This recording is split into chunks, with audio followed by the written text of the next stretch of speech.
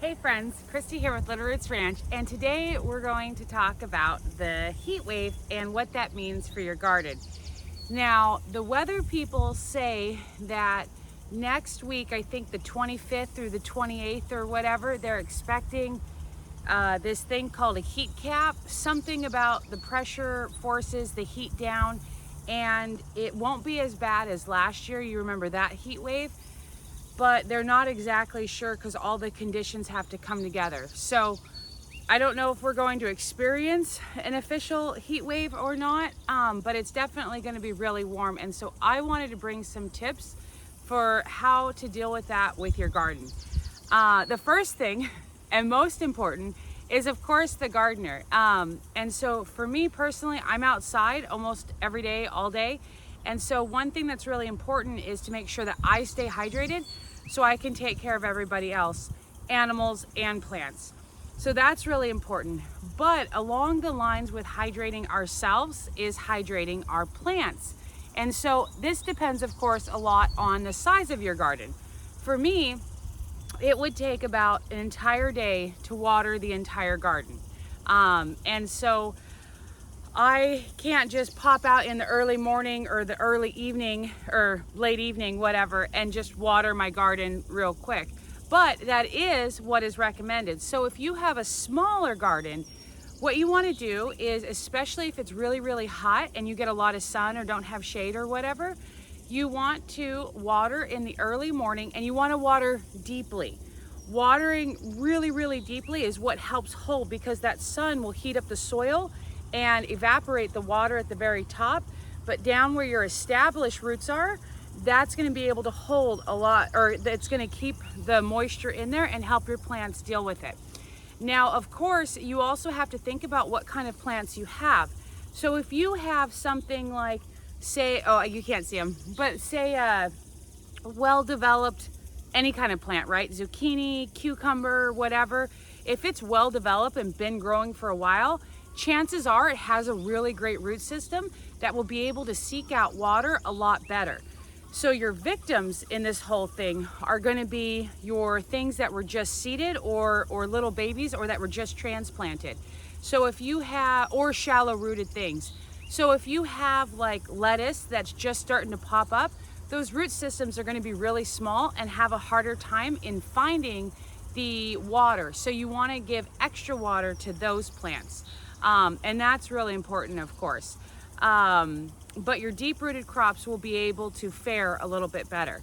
Now, one thing that's really important, or I guess a point of controversy, is a lot of people will say that you don't want to water during the heat of the day. And I know that that's what it says all over the internet, but I don't think that that is true. I'm not an expert, of course. I just have a garden. And I've talked with other farmers and stuff like that. But last year during the heat wave, I ran my sprinklers all day long, every day of the heat wave. And because, like I said, I can't just knock out the watering of my garden in the morning. And so I just ran it consistently through the heat. It was like 100 and I don't know what was it, like 114 here, or 112 or 109. I don't remember, but it's really hot for the Pacific Northwest. We remember that, right? QPTSD from that heat wave. It was terrible. And I've talked to other farmers and they all do the same thing. So I don't know if that legend, or that urban legend, or whatever, I don't know if that like stemmed from like perhaps maybe Texas or something like that. But for me, I've never noticed anything about the water acting as a magnifying glass to injure the plants. So if you happen to miss a morning watering, or if you have cool weather crops that are sensitive, like say your lettuce or Asian greens or something like that, it's honestly a really good idea, if you're able to get the sprinkler on them during the middle of the day to help cool them down and cool down your root system. For me, I grow in compost, which is black, of course, and so that holds heat a lot better. And so for me, I pretty much spend, when it's really hot out, I spend my entire day running around, making sure my animals have water, misting the animals. Sometimes I'll put the mist setting on the hose gun thing, and just set it on the chickens, and they can, get a little bit of mist to help cool it off. And then of course, watering all the plants.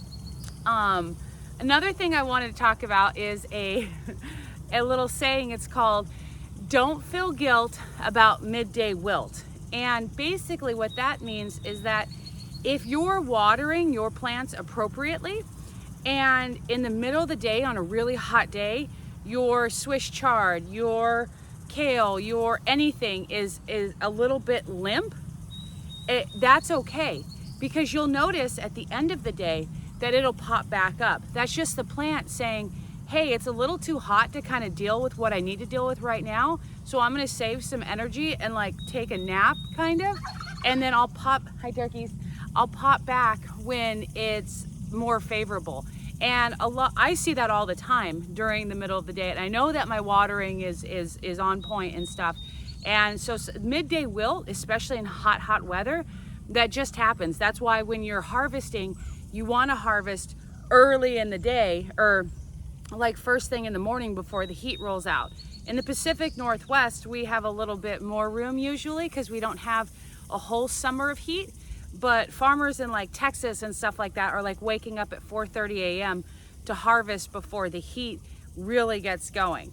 But yeah, so again, I don't really know how bad or not bad, and I guess we never really know till it's here, the heat wave is going to get. But they're saying that we might get one, and we'll get above normal temperatures. They said our normal temperatures are mid to high 70s, and that we could get into probably like the 90s or so. So not as bad as last year, but still you need to take a little bit extra care of the plants and make sure you're doing those deep waterings. Preferably the morning's best, the evening is second best, and if you haven't watered them, anytime is best, if that makes sense. If your plants don't have water, it's better to, even like tomatoes, even if it's in the evening, in my opinion, and what I practice is that it's better to have them get water than to wait, you know, and that's something that I've always done just because it's a lot of watering. I looked into getting a quote for an irrigation system, and it was way too much money. So this year I am still hand watering or using sprinklers to water everything. Maybe one day, but likely not for a long time. But yeah, as far as the heat, there's other things. If your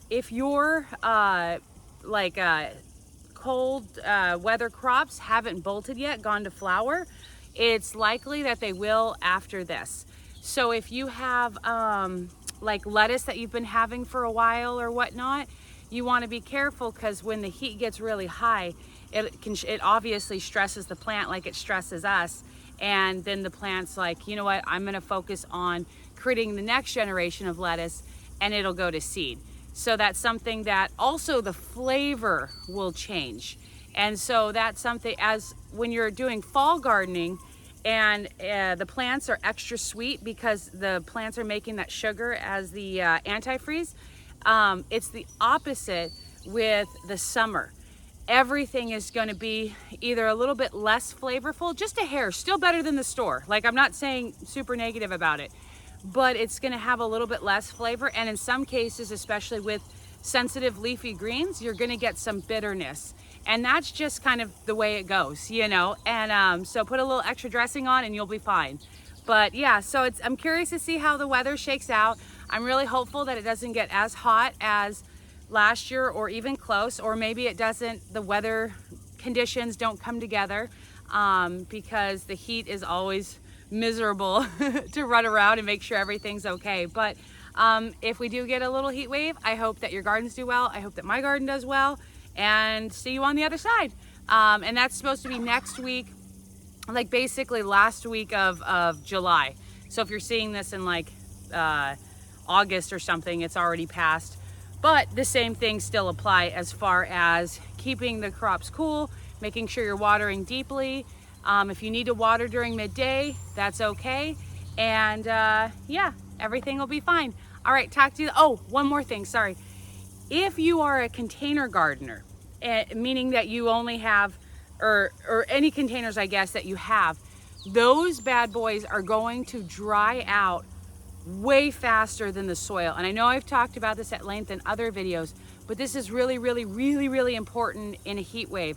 So if you have the ability, like if you work from home or have kids or anybody that can water your plants a couple times during midday, especially if you put them in a container that's a tad too small for what they need, you want to make sure that they have the water, because the container plants are the #1 victims of the heat, because the whole pot, especially most pots are black, and so the whole thing just heats up and cooks up that soil. You'll notice even the soil ball or whatever itself kind of shrinks in and all that. Then it's harder to water because it just goes down the sides. So you really want to make sure that you're doing a good job at putting those or watering those in advance and watering them throughout the day.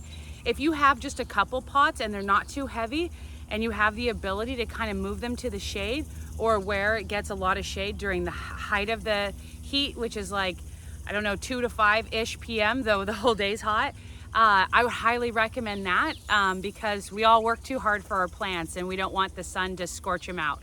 But yeah, anyways, thank you for watching and see you on the other side of the heat wave. Bye.